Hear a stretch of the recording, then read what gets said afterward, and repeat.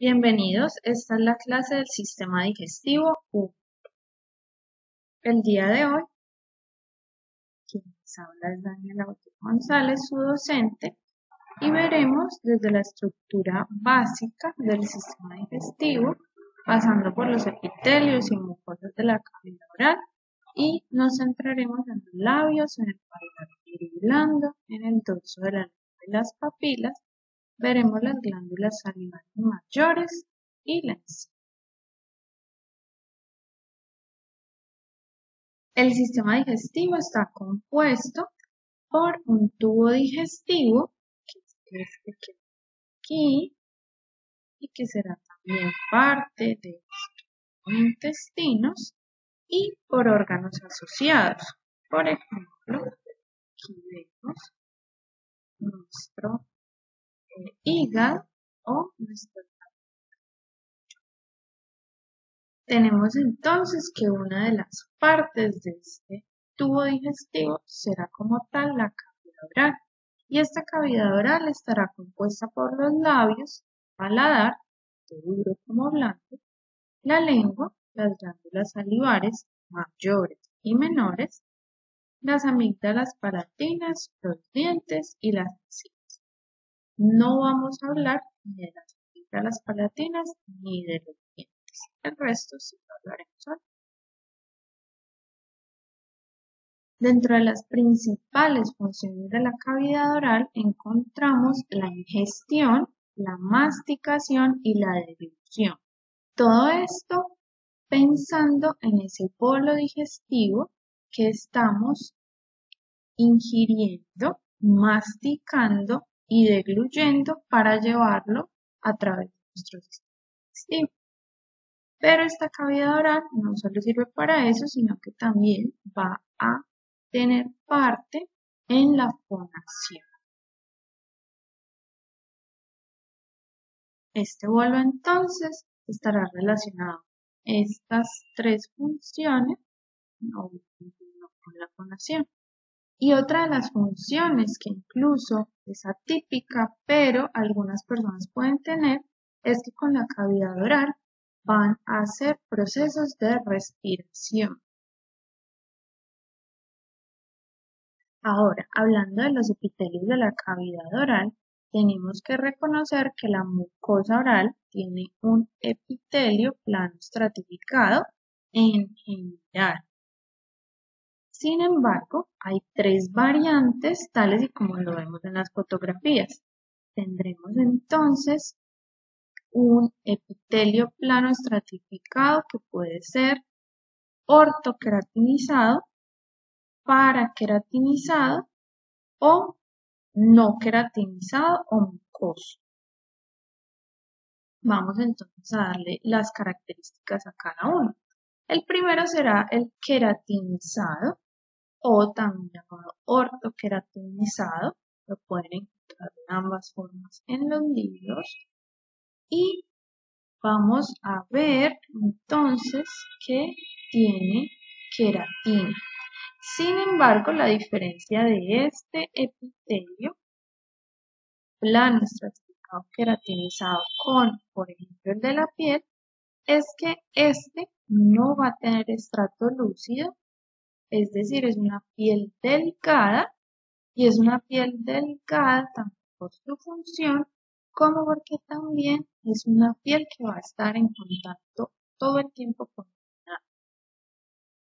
Podemos encontrar también un epitelio plano estratificado paraqueratinizado. Y paraqueratinizado quiere decir que en el estrato más apical tendremos todavía presencia de núcleo. Eso es paraqueratinizado.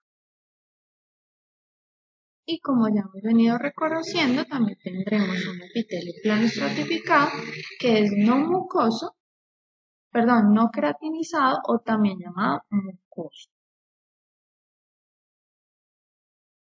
Estos tres epitelios planos queratinizados con sus diferencias estarán presentes entonces en los tipos de mucosa que podemos encontrar en la cavidad oral. Y estos tipos de mucosas serán tres. El primero de estos va a ser el o la, más bien, mucosa de revestimiento. Y esa vamos a encontrarla, como vamos a ir señalando en esta cavidad oral de aquí, primero que todo en los labios, tanto el superior como el inferior. También vamos a encontrarla en las mejillas, en la superficie de la mucosa alveolar, viendo aquí, en el piso de la boca, en la superficie ventral de la lengua y en el paladar blando. Otro de los tipos de mucosa que tenemos en nuestra cavidad oral es la mucosa masticatoria. Como su nombre lo indica, será para masticación y esta va a encontrarse en las encías, tanto superiores como inferiores, y en el paladar duro. Y el último tipo de mucosas de la cavidad oral será una mucosa que denominaremos especializada. Y esto es gracias a su función. Únicamente va a estar presente en las papilas, es decir, en la superficie dorsal de la lengua. Aquí la dejo entonces con nuestros colores para su identificación. Una vez entendemos que tenemos diferentes epitelios, aunque todos son planos estratificados, y que tenemos mucosas diferentes según la ubicación y según la función que tenemos en esta cavidad oral, entonces vamos a pasar a ver los diferentes componentes. Vamos a empezar con el labio. Y este es un labio que se ve en un plano sagital y tenemos tres zonas aquí presentes. Hay una zona entonces aquí, una zona en la parte superior y otra zona aquí.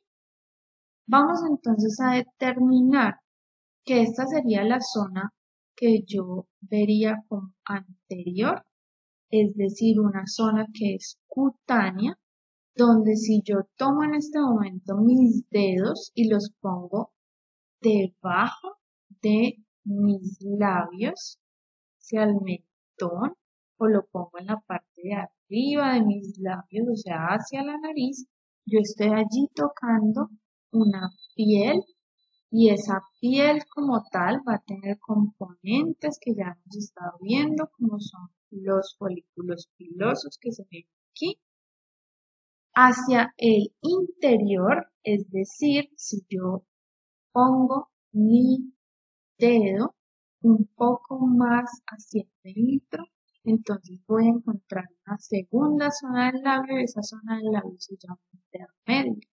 Yo allí ya no tengo, por ejemplo, folículos pilosos y esa zona también puede llamarse o denominarse bermellón.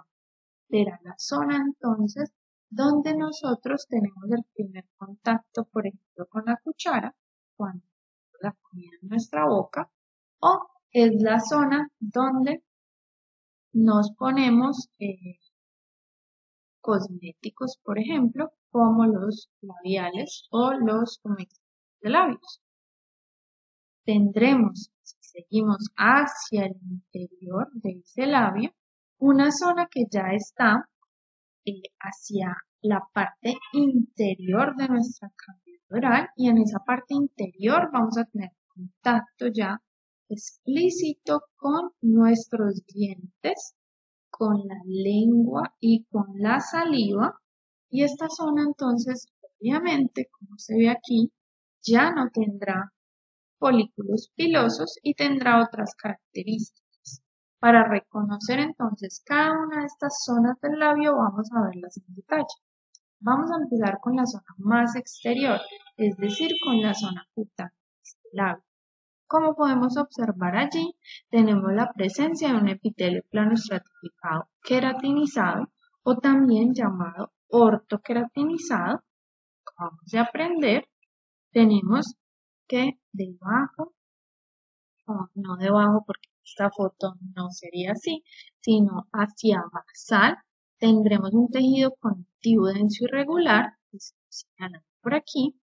Tendremos también un músculo estriado esquelético, porque allí estará presente el músculo articular de los labios, y tendremos anexos tales como, por ejemplo, los folículos pilosos, que estoy señalando aquí, las glándulas sebáceas, que estoy señalando aquí, y una que otra glándula sudorípara, como la estoy señalando.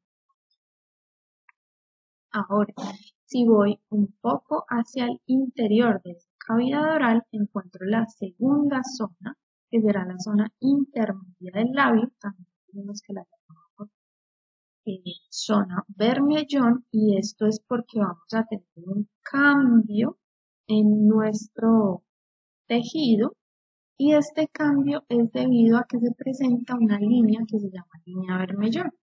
Yo aquí no puedo ver la línea como tal, pero sí puedo ver que hay unos anexos que habíamos llamado como los folículos y las glándulas presentes, y hay una queratina que se veía bastante gruesa y hay bruscamente un cambio. Ese cambio entonces nos presenta un epitelio plano estratificado que también es queratinizado, pero la queratina vamos a verla más baja, llamémoslo así, o en menor cantidad.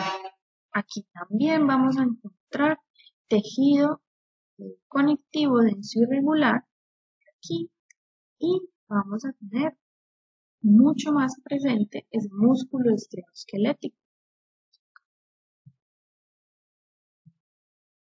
Si seguimos entonces hacia el interior, estará presente la zona mucosa del labio.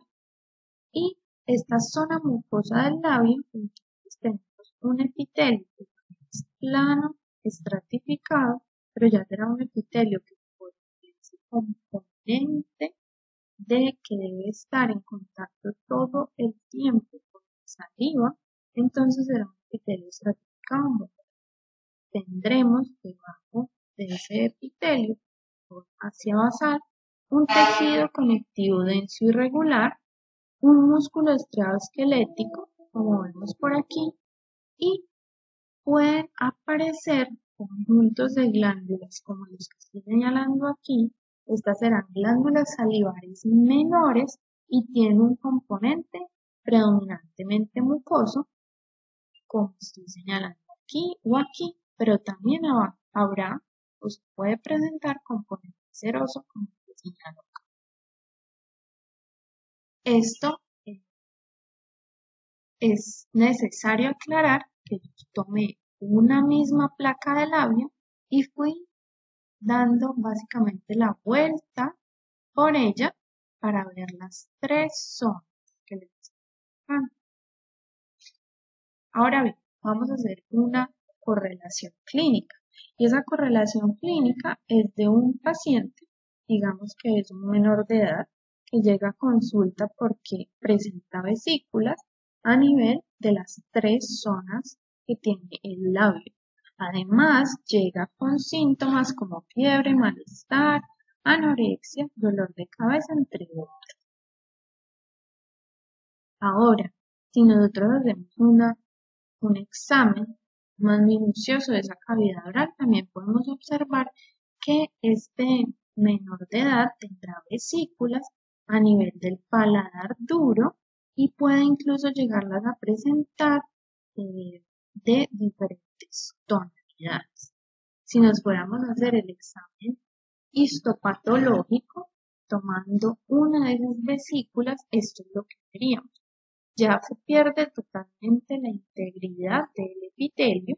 Ese epitelio llega a ser inflamado básicamente por este exudado, y miren este componente del tejido conectivo denso irregular que deberíamos tener aquí. Este componente también hace un filtrado, y miren la cantidad, así no reconozcamos en este momento qué células están allí, pero miren la cantidad de células. Si hiciéramos un acercamiento, entonces esto es lo que veríamos.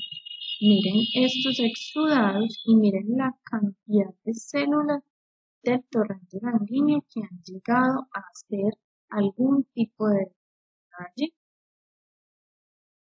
Este diagnóstico sería un diagnóstico que se denomina herpes simple, y esto es una patología muy común que puede presentarse en los labios y que nos da una rápida evaluación del paciente y un rápido diagnóstico.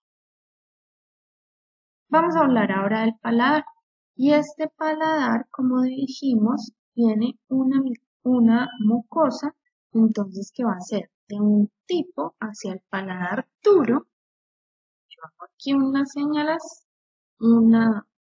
señal para dividir el paladar blando, y este paladar blando, perdón, tendrá otro tipo de mucosa.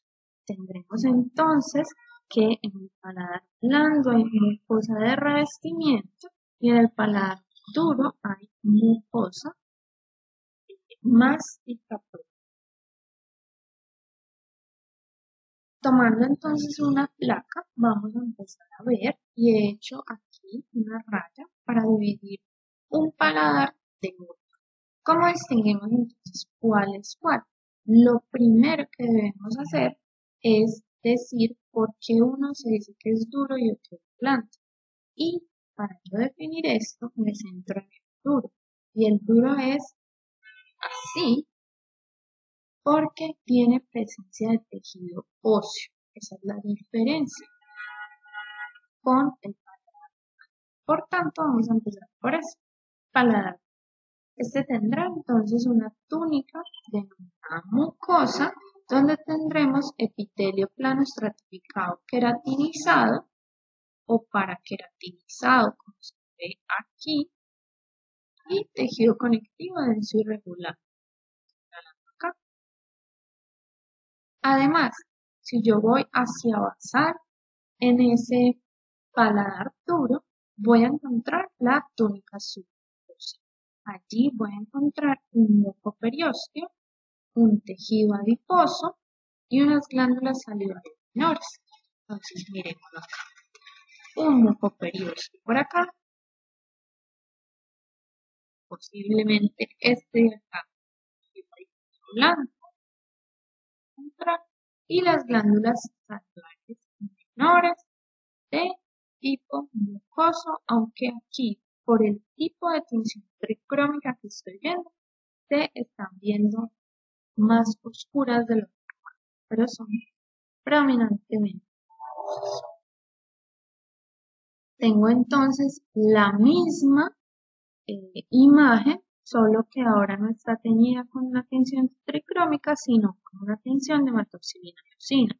Reconozco que este es el paladar duro porque inmediatamente puedo ver el tejido óseo que hay acá. Ahora vamos a ver el paladar blando. Y este paladar blando también entonces tendrá una túnica mucosa.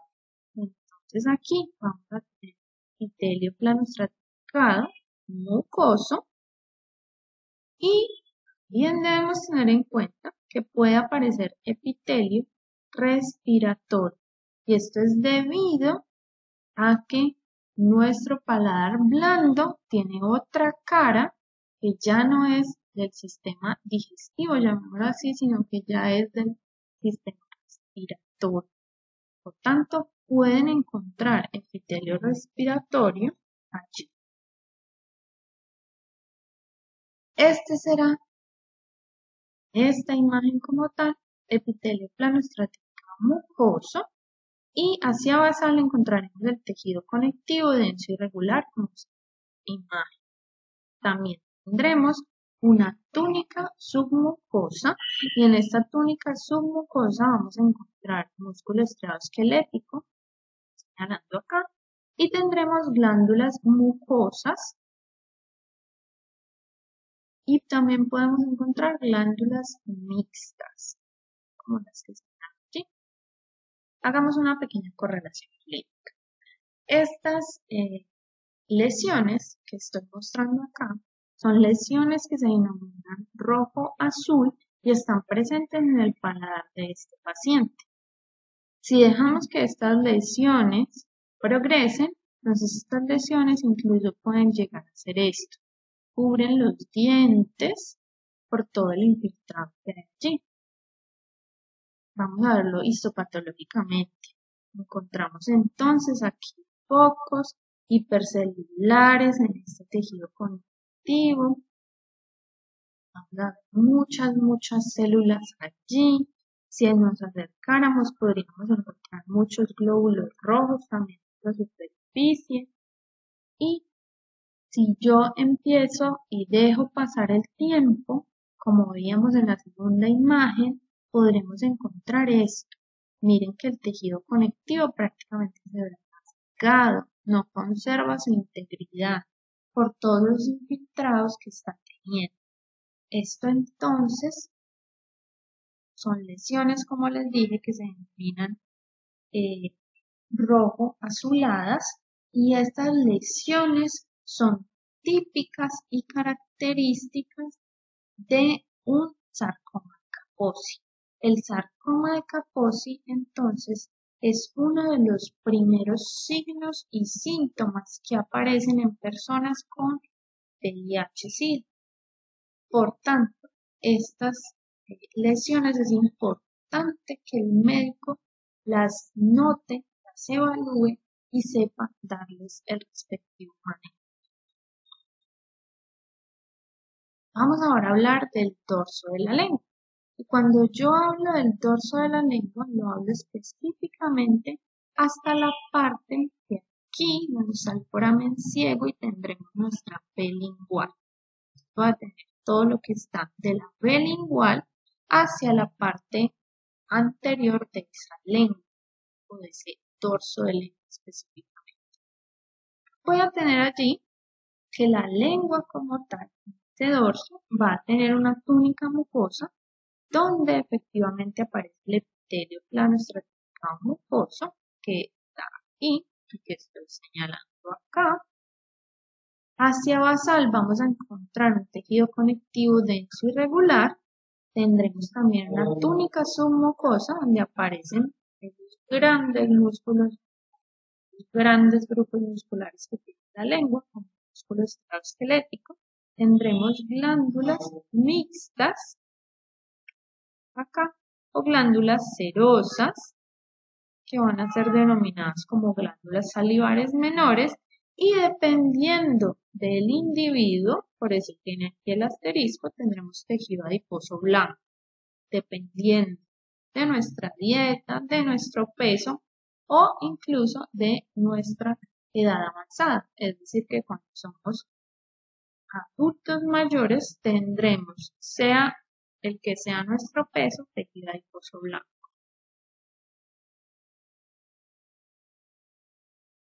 Y una de las preguntas que nos hacemos inmediatamente al pensar en la lengua es dónde percibimos nosotros los sabores de los alimentos.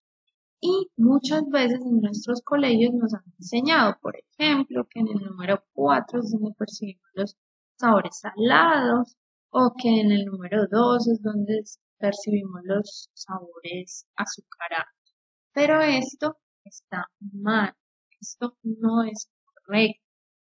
Y este mapa del sabor se origina más o menos en 1901 y se enseña así incluso en la actualidad. Pero esto ha sido probado que no es cierto, y esto se probó hace pocos años, en el 2015, porque no es en el sitio que estemos teniendo contacto con el sabor, allí no es donde se va a producir el sabor, sino que nosotros tenemos, dependiendo de las papilas que haya en nuestro dorso de lengua, tendremos unos corpúsculos gustativos, y todos esos corpúsculos gustativos tienen entonces la capacidad de reconocer por igual los sabores. Siendo así, teniendo aquí el esquema desde la B lingual hacia anterior, vamos a ver los diferentes tipos de papilas, que son 4, y vamos a ver también los corpúsculos gustativos. Empecemos entonces con las papilas filiformes, que son unas papilas que son más pequeñas que podemos encontrar en nuestra lengua. Sin embargo, son las más abundantes y tienen una función puramente mecánica. Su ubicación será el dorso de lengua. Por tanto, estas papilas lo que hacen, vamos a llamarlas las papilas en forma de llama, lo que hacen es una función mecánica, es decir, que nos ayudan en la deglución, estrictamente en la deglución. Por eso son las más abundantes. Van a ayudar básicamente a raspar.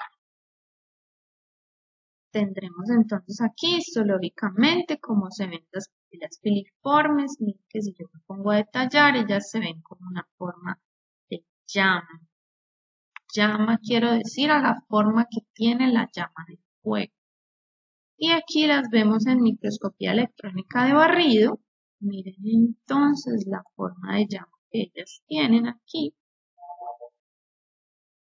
Y lo que nos señala entonces allí específicamente el número 1 es la papila filiforme como estructura y el número 2 nos está señalando los remanentes, llamémoslos así, de queratina que tienen estas papilas.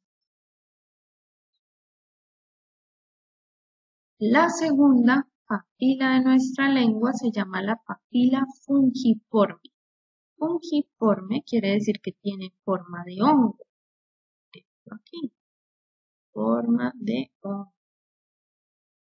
Son las más dispersas, tienen unas proyecciones de color rojo, por eso hay momentos de nuestra vida que si nos ponemos a mirar en el espejo y somos bien curiosos, podemos ver que nuestra lengua tiene unos puntitos rojos. Esos puntitos rojos corresponden a esas papilas fungiformes como tal. Y estas papilas tienen la característica de que tienen o presentan corpúsculos gustativos y son muy abundantes en la punta de la lengua.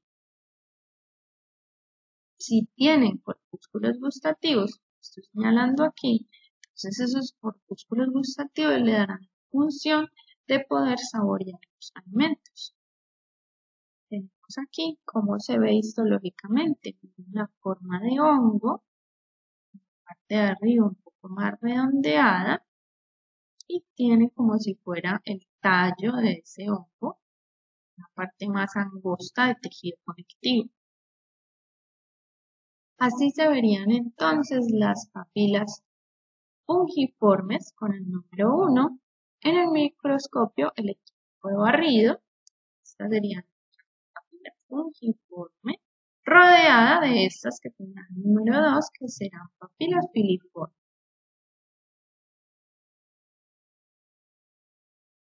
Como tercera de estas papilas tengo las papilas foliadas. Y estas papilas foliadas, entonces, estarán con forma de cresta baja. Así las describe la literatura. Esta forma de cresta baja, para mí, si yo las tuviera que describir, yo las describiría como en forma cuadrada. ¿Sí? Tienen una base y una parte apical del mismo tamaño. Por tanto, para mí serían cuadradas. En la literatura aparece como cresta baja. Tienen corpúsculos gustativos, de allí su función, pero estos corpúsculos gustativos específicos de estas papilas foliadas solo van a ser funcionales hasta los 3 años de edad. Y están presentes en la parte posterior de nuestra lengua, pero se describen en la mayoría de los libros que están en los bordes laterales de este órgano.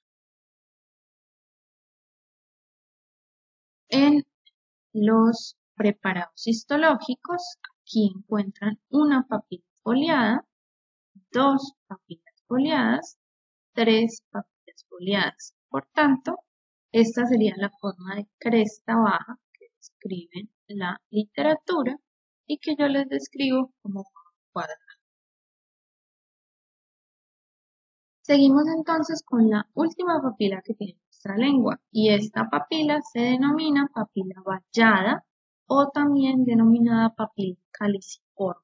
Como nosotros aquí, esta materia ya hemos denominado que es una célula caliciforme, hay una glándula unicelular, que es esta misma célula, también llamamos caliciforme. Entonces, estas papilas, por favor, denomínenla vallada para que no tengamos confusión en este sentido. Sin embargo, dejo ahí el nombre porque pueden encontrarla así y no quiero que se confundan. Vamos a encontrar que estas papilas valladas son las más grandes, tienen forma de cúpula y presentarán corpúsculos gustativos. Vamos a encontrar que en la lengua estarán presentes en la B lingual y solo tenemos entre 8 a 12 en total. No hay más. Estas son todas las que vamos a encontrar. Y allí es importante entonces ver esa forma de cópula, ¿sí? Son, como les dije, muy grandes. Y tenemos que recordar que allí los conductos de las glándulas salivales linguales, los conductos de von Ebner, van a vaciar su secreción serosa en la base de este surco aquí. En un preparado histológico, las veríamos así, y estaría el surco donde se genera, o más bien donde se excreta la secreción. Este tamaño, mírenlo, grande digo porque miren unas papilas filiformes y miren su tamaño a comparación de esta. Esta es solo una filiforme, esta es toda una vallada. Y cabe notar, como muestra la imagen, que los corpúsculos gustativos están en las partes laterales de esas papilas. Vamos entonces a verla aquí. Aquí lo que estamos viendo como número 1, entonces será nuestra papila vallada. Esta es la papila vallada. Y lo que nos está mostrando con el número 2, este de aquí, será el surco. Hablemos ahora entonces específicamente del corpúsculo gustativo. Y estos corpúsculos gustativos que están presentes en 3 de los tipos de papila de nuestra lengua son entonces órganos sensitivos intraepiteliales. Intraepiteliales porque miren que está aquí en el epitelio. Tenemos en nuestra lengua unas 3.000 unidades de estas. Cada uno cuenta más o menos con 60 a 80 células. Tienen un largo y un ancho muy pequeño, como lo mostramos allí, muy en micras.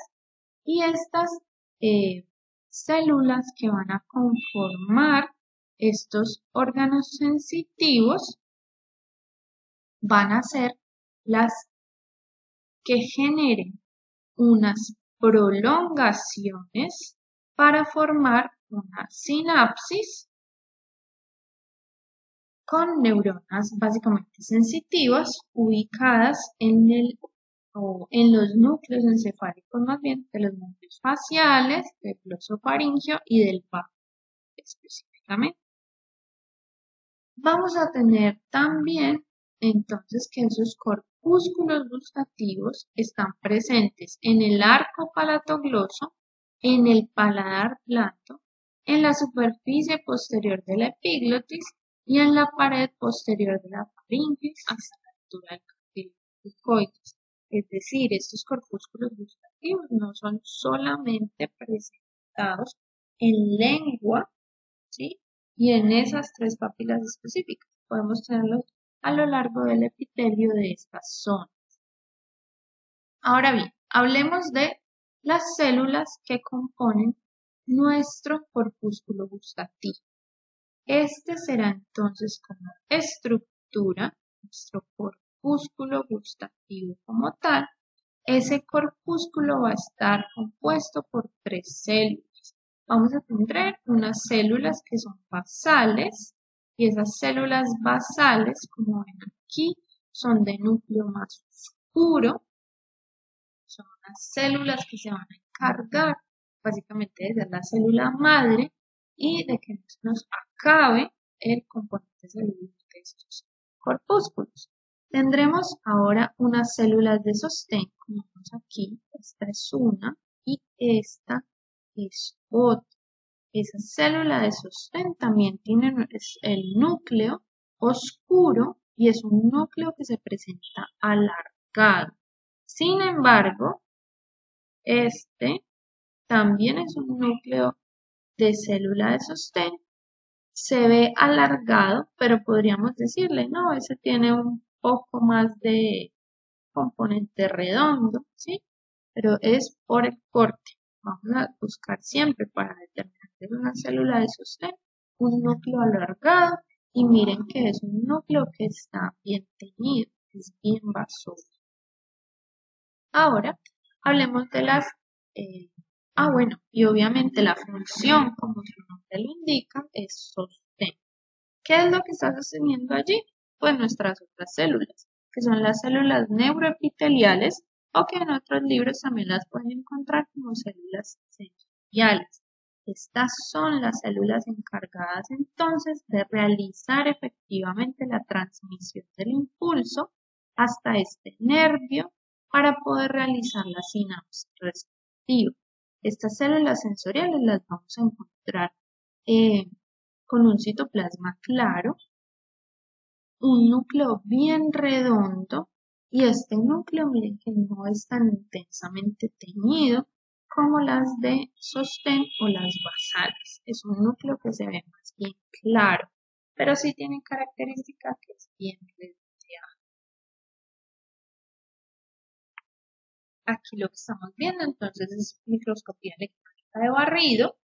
En el número 1 nos están señalando que es específicamente de un corpúsculo gustativo. Y en el número 2 nos están mostrando son células epiteliales que están en ese epitelio sensorial que estábamos llamando. Y las células de sostén, además de sostener, van a presentar microvellosidades hacia el poro gustativo. Es decir, que aquí voy a tener microvellosidades. Viéndolo nuevamente histológicamente en otra placa diferente, entonces voy a señalarles aquí las células neuroepiteliales, miren el núcleo bien redondo, las células de sostén, miren el núcleo que tiene un poco más de tinción, más basófilo, y las células basales, miren la posición, aunque también allí se ve como un núcleo redondo, es bien basal. Miren aquí, incluso esta sería otra célula basal. Así el núcleo esté más teñido, pero también es una célula basal por su posición. Vamos a hacer una pequeña correlación clínica. Y no sé si alguno de ustedes ha notado su lengua, que algún día amanecen, van al baño, se miran al espejo y la encuentran así.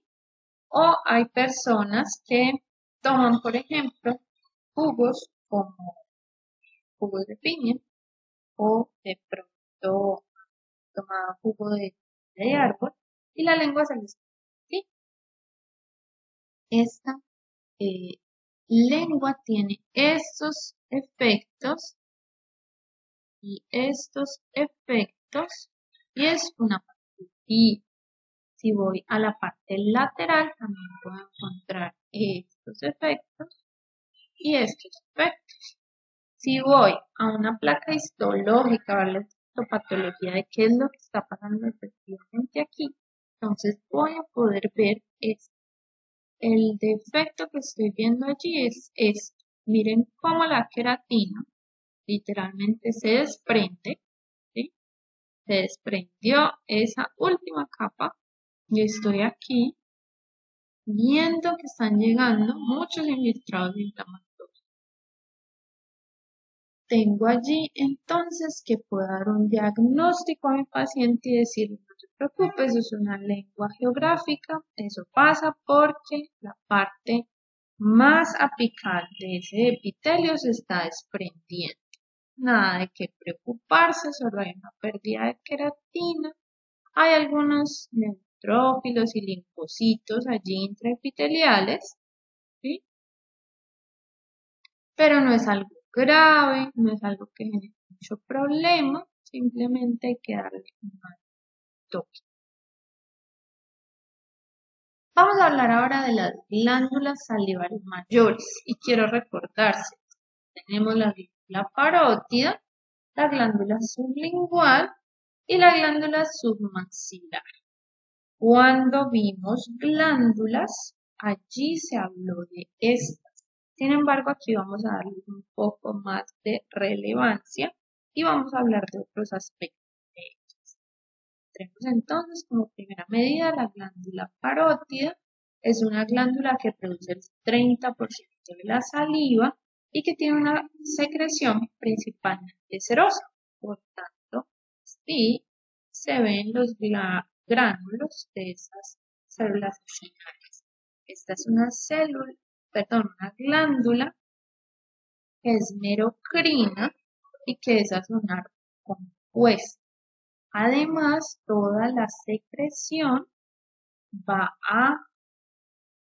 por el conducto de Stensen, va a desembocar en la papila parótida, en la al interior de nuestras mejillas, la parte que estará en contacto con nuestros molares superiores. Aquí tenemos entonces un pequeño dibujo para recordar qué es eso de acinar puesta. Lo dejo allí, es merocrina, acinar puesta. Miren todos estos acinos serosos que presenta esta glándula parótida como característica principal. Y miren aquí lo que les contaba de que según nuestra edad vamos a ir viendo más o menor participación de ese tejido adiposo volviéndose parte de nuestra cavidad oral. Y claro, este tejido adiposo blanco. Tendremos ahora la glándula sublingual y esta glándula sublingual entonces es una glándula que produce el 5% de la saliva, tiene una secreción principalmente mucosa, como vemos aquí, los acinos bien mucosos, y puede tener una pequeña parte de secreción serosa. Ella tiene varios conductos, es apocrina y túbulo acinar compuesto. Dejo aquí en mente dibujito de cómo debería una glándula túbulo acinar compuesta. Y aquí podemos ver entonces los acinos mucosos que presenta esta glándula y uno que otro seroso que estoy señalando por aquí, por ejemplo, o por aquí. Sobre la glándula submandibular, les cuento que produce el 60% de la saliva, que es una secreción principalmente serosa, como aquí en la imagen, pero tiene algo de mucosa. Esta es una glándula endocrina y que a través del conducto de Wharton desemboca en la carúncula sublingual. Tenemos, les recuerdo, una glándula túbulo acinar compuesta. Aquí se ve entonces principalmente serosa, pero algo de mucosa le podemos encontrar. Vamos a hablar ahora sí de algo que no habíamos dicho sobre estas glándulas. Y de estas glándulas no habíamos hablado específicamente de los tabiques. Estos tabiques, ¿qué son? Son tejido conectivo que está rodeando esos sinos de las glándulas para poder darle el soporte y darle la forma como tal de la glándula. Tendremos entonces tabiques que se llaman interlobulares y esto quiere decir que esta sección que yo estoy señalando acá es un lóbulo de la glándula. Por tanto, todo esto que estoy señalando aquí con negro será un tejido conectivo denso, irregular, que está dándole soporte a ese tabique, perdón, soporte a ese lóbulo. Por tanto, es un tabique interlobular. Si yo voy ahora dentro de ese tabique, perdón, dentro de ese lóbulo, tengo unos lobulillos. Esto es un lobulillo, este sería otro lobulillo, este sería otro lobulillo, ¿sí? Dentro del mismo lóbulo. Y aquí con morado dejo los tabiques que denominaremos interlobulillar. Ahora, si yo soy un poco más determinada en buscar ese tejido conectivo, yo voy a encontrar que si me voy dentro de ese lobulillo, voy a encontrar pequeños segmentos y por tanto esos segmentos serán segmentos de tejido conectivo ya que ha cambiado a ser laxo y tendremos tabiques intralobulillares. Segmentando entonces los lobulillos de nuestra glándula. Y como tengo tabiques, también voy a tener conductos. Y esos conductos también, según el lugar donde yo los encuentre, entonces va a tener diferente disposición y diferente epitelio. Aquí entonces, en este esquema lo que estamos mostrando es una glándula. Miren acá, por ejemplo, los intestinos, ¿sí? Y tendremos unos conductos que al estar más cercanos a los acínios denominaremos intralobulillares y otros, separados aquí con esta raya, que tendrán por un nombre que se denomina extralobulillar, es decir, que ya están fuera de esos lóbulos y que por tanto están llevando la secreción, lo dice, hacia afuera. Vamos entonces a ver estos conductos como tal histológicamente. Y los nombres entonces son homónimos del lugar donde encontramos los tabiques. Tendremos conductos interlobular e interlobulillar, que son conductos denominados excretores. Son los conductos que están extralobulillares.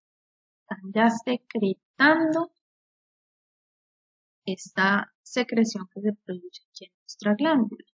Y tendremos conductos intralobulillares que van a ser de dos tipos, estriados e intercalados. Ya vamos a ver un poco más a qué me estoy refiriendo. Vamos a empezar entonces también desde el más grande hacia el más pequeño. Tendremos entonces conductos interlobulares, aquí estoy señalando en negro, y estos conductos interlobulares estarán presentes en nuestros tabiques interlobulares. Tenemos conductos interlobulillares, y lo estoy señalando en morado, que estarán presentes también en los tabiques interlobulillares. Por tanto, este y este estarán rodeados de tejido conectivo denso y regular, que fue como denominamos esos tabiques. Ahora, para encontrar un tabique intralobulillar, yo debo irme entonces al lobulillo como tal y deben aparecer estos pequeños conductos que también estarán presentes en esos tabiques intralobulillares. Vamos a ver entonces lo de los epitelios, lo que les decía que así los podíamos diferenciar. Entonces tendremos conductos excretores y esos conductos excretores van a tener epitelio cúbico simple, como se ve por ejemplo aquí, o cúbico estratificado, como se ve por aquí, o pseudoestratificado cilíndrico, como se ve por aquí. Ahora, para los conductos que ya son mucho más pequeños, entonces habíamos dicho que tenemos estriados e intercalares. Los estriados van a ser de epitelio cúbico o cilíndrico simple, como lo mostramos por ejemplo aquí. Es cúbico simple, pero también los podemos encontrar cilíndrico simple. Y los intercalares son incluso más pequeños y estos son con epitelio cúbico simple únicamente. ¿Cómo diferencio uno de otro? Porque el intercalar, además de ser más pequeño, es basófilo y el núcleo ocupa prácticamente todo el citoplasma de estas células que estamos viendo acá. El estriado tiene un citoplasma que es mucho más eosinófilo y que además se ve. Son un poquitico más grandes, pero esa es la diferencia entre uno y otro. Por último, y para finalizar este video, vamos a hablar de la encía. Y esta encía entonces es un epitelio estratificado, plano, queratinizado o paraqueratinizado. Lo normal entonces es que hacia el exterior, lo que no está en contacto con el diente, sea epitelio plano, estratificado, queratinizado, y lo que está en contacto con el diente, este de aquí es el diente, este estará en contacto con el diente, será el epitelio plano estratificado para queratinizado. Tendremos en común que ambos epitelios tienen un tejido conectivo denso y regular. Esta es una mucosa oral que va a ser entonces queratinizada y es encía que se denomina libre, como esta que vemos acá, o encía adherida, como la que vemos aquí. Si voy y hago un acercamiento, miren aquí donde dice el acercamiento, aquí estaría el diente, entonces podemos diferenciar el epitelio. Entonces, aquí se ve queratinizado, epitelio plano queratinizado, y hacia el diente, miren que todavía se ven los núcleos remanentes, es donde será el surco epitelial, y allí vemos epitelio plano estratificado para queratinizado. Muchas gracias por su atención. Continuaremos en la próxima con el sistema digestivo 2.